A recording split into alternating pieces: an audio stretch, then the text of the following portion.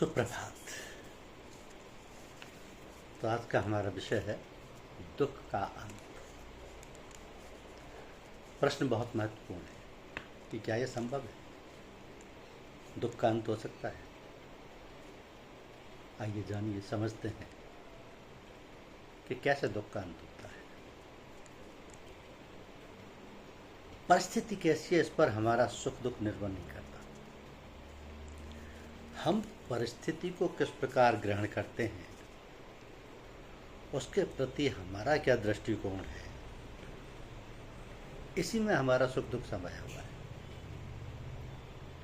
एक व्यक्ति की मृत्यु होती है, जिनका उस व्यक्ति के प्रति राग या ममत्व होता है, मित्रभाव रहता है, वे तो हाहाकार कर उठते हैं। परंतु जिनकी उसके प्रति द्वेष बुद्धि होती है, शत्रु भावना रहती है, वे हर्षित हो जाते हैं। घटना एक है, एक ही व्यक्ति की मृत्यु हुई है, किंतु उस मृत्यु के प्रति भाव भिन्न भिन्न होने के कारण किसी को दुख और किसी को सुख होता है। इसी प्रकार चाहे किसी भी घटना को लें, यह सर्वथा अखंड स्थिर नियम है कि घटना के प्रति यदि हमारी प्रतिकूल भावना होगी तो हमें निश्चित रूप से कम या अधिक मात्रा में दुख होगा, तथा अनुकूल भावना रहने पर भावना के तारतम्य से उसी मात्रा में सुख की अनुभूति भी होगी। तो हम में से ऐसा कौन है जिससे सुख की चाह नहीं है, जो दुख से बचना चाहता है? सुख दुख से पार गए संतों की बात छोड़ दें, अन्यथा उनके अतिरिक्त हम में से प्रत्येक के मन में सुख की वासना रहती है। साथ ही हमारा यह अनुभव है कि चाह ना रहने पर भी दुख की प्राप्ति हमें होती है। यह भी नितांत सत्य है कि दुख हमारे भावों का परिणाम है, घटना का नहीं। अतः यदि हम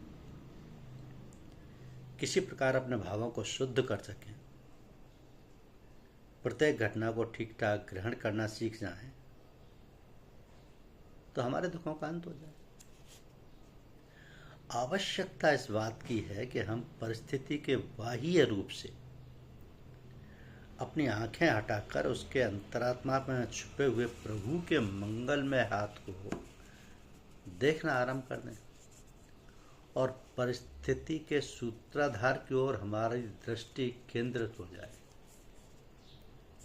जहां हम उसकी ओर देखने लगे कि घटना की वास्तविकता हमारे सामने क्रमशः व्यक्त होने लगेगी। जगत में वस्तुतः कभी कुछ भी तनिक सा भी किसी के प्रतिकूल होता ही नहीं, सदा सब कुछ सबके अनुकूल ही अनुकूल होता। तो ये तथ्य हमारे सामने आने लगेगा और हम दुख से त्राण पा जाएंगे।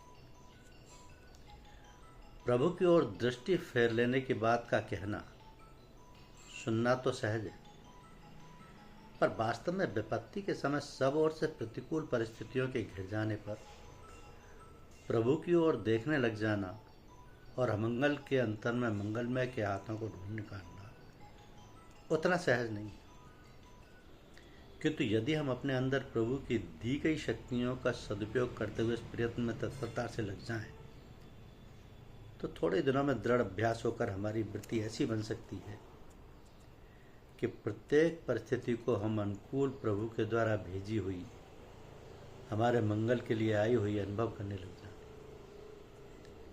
तो हम किसी भी वस्तु की प्राप्ति का उद्देश्य लेकर क्यों न चलें, उसकी सफलता के लिए 3 बातों का रहना आवश्यक है। वस्तु है, वह लोगों को मिली है और हमें भी मिल सकती है।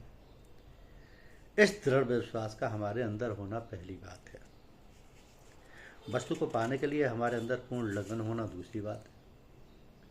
और तीसरी बात यह है कि हमारे अंदर मन, बुद्धि, इंद्रियों की जितनी शक्तियां हैं वे वो अन्य ओर से सिमटकर अपने लक्ष्य में ही नियंत्रित हो जाए। इसी का नाम शास्त्रीय भाषा में श्रद्धा, तत्परता एवं संयम। तो हमें भी यदि प्रत्येक परिस्थिति में प्रभु की मंगलमयता ढूंढ निकालनी हो तो हमारे अंदर ये 3 बातें होनी चाहिए। वास्तव में प्रभु का प्रत्येक विधान मंगल से ही भरा होता है। प्रत्येक परिस्थिति की ओट में उनके मंगल में हाथ छिपे हैं। लोगों की ऐसी अनुभूति होती है या हो चुकी है, हमें भी ऐसा अनुभव हो सकता है। ये दृढ़ विश्वास हमारे अंदर हो और इस विश्वास को प्रत्यक्ष अनुभव कर लेने के लिए हमारा प्रयत्न आरंभ हो। तो प्रयत्न का रूप सर्वथा सबके लिए एक सा नहीं हो सकता। अधिकारी भेद से उसके अनेक रूप बन सकते हैं, परंतु अधिकांश के लिए लाभकारी साधन ये है कि हम प्रतिदिन कुछ समय निकालकर यथासंभव किसी एकांत स्थान में जा बैठें और सुखपूर्वक बैठकर अपने नेत्र बंद कर लें। यानी निद्रा आने की संभावना हो तो आंखें खुली रखें। तदंतर मन की वृत्तियों को सब ओर से बटोर कर शांति से मन ही मन भावों की आवृत्ति आरंभ करें। तो हमारे चारों ओर इस निर्मल आकाश के अणु अणु में प्रभु ओतप्रोत है। वायु के प्रत्येक स्पंदन में प्रभु भरे हैं। अग्नि में प्रभु की ही ज्योत भरी है। जल प्रभु के ही रस के परिपूर्ण है। पृथ्वी के कण कण में प्रभु विराजित हैं। चराचर समस्त प्राणियों में प्रभु का ही निवास है। सबकी सत्ता प्रभु की ही सत्ता पर निर्भर है। हमारी इंद्रियों की समस्त शक्तियाँ सर्वशक्तिमान प्रभु की ओर से ही आ रही हैं। त्वचा प्रभु की शक्ति के स्पर्श का अनुभव करती है। नासिका प्रभु की शक्ति से ही गंध ग्रहण करती है। रसना प्रभु की शक्ति से ही रस ग्रहण करती है। हाथों में काम करने की शक्ति प्रभु की ओर से ही आ रही है। पैरों में चलने की शक्ति प्रभु देते हैं। हमारा मन प्रभु की शक्ति से ही मनन करता है। हमारी बुद्धि प्रभु की शक्ति से ही निश्चय करती है। समस्त जगत में जो कुछ भी हलचल और क्रिया है वो सब प्रभु की सत्ता एवं शक्ति से ही हो रही है। प्रभु अनंत मंगल में है। उनमें सदा सर्वदा मंगल ही मंगल भरा है। प्रभु और प्रभु का विधान 2 वस्तु नहीं है। जो प्रभु है वही प्रभु का विधान है। विधाता और विधान, लीला में और लीला एक ही है। अतः मंगल में प्रभु का प्रत्येक विधान अनंत असीम मंगल से भरा हुआ है। जगत में जो कुछ भी हुआ है और होगा सब में मंगल भरा है।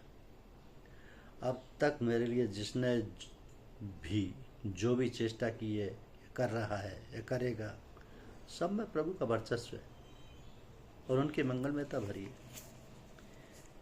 इस प्रकार के भावों की पुनः पुनः रस ले लेकर आवृत्ति करते रहें। इस भावना का परिणाम यह होगा कि ये विचार हमारे चारों ओर फैल जाएंगे और अन्य समय में भी जब हम दूसरे कार्यों में व्यस्त रहेंगे, ये रह रहकर हमारे मन में स्फुरित होते रहेंगे। जैसे जैसे एकांत का अभ्यास दृढ़ होगा, वैसे वैसे व्यवहार के समय ऐसी स्फूर्णाएं अधिक होने लगेंगी। हमारा जो वातावरण इस समय प्रभु से शून्य है, वह प्रभु से भरने लगेगा। क्षण क्षण में, क्षुद्र से क्षुद्र घटना में अमंगल की भावना होकर हमें जब प्रतिकूलता की प्रतीति होती है, वह भी मिटने लगेगी। पद पद पर जो हमारा अहंकार जाग उठता है, वह भी शिथिल पड़ने लगेगा। शत्रु, मित्र, दुष्ट, साधु, ऊंच नीच, सर्वत्र सब में समान रूप से एकमात्र प्रभु की सत्ता स्फुरित होने लगेगी। अंत में प्रभु के अतिरिक्त अन्य कोई भी सत्ता नहीं बच रहेगी। बस उसी समय हमारी प्रतिकूलता का भी अंत हो जाएगा। हमारा दुख भी सदा के लिए जाता रहेगा। आध्यात्म का यह रास्ता सर्वोपरि है, सर्वश्रेष्ठ है, हम पूर्ण रूप से वैज्ञानिक है और केवल इसी रास्ते पर चलकर हमारे सारे दुखों का अंत संभव है। यही है एकमात्र निश्चित मार्ग जिसमें दुखों का अंत हो सकता है। धन्यवाद, शुक्रिया।